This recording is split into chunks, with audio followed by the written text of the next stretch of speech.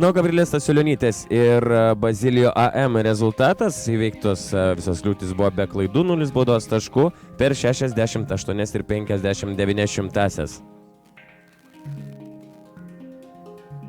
Mūsų dėmesiui dabar startuoja Bartas Pocius ir Žirgas Valsas. Ruošiasi Ilona Juraša.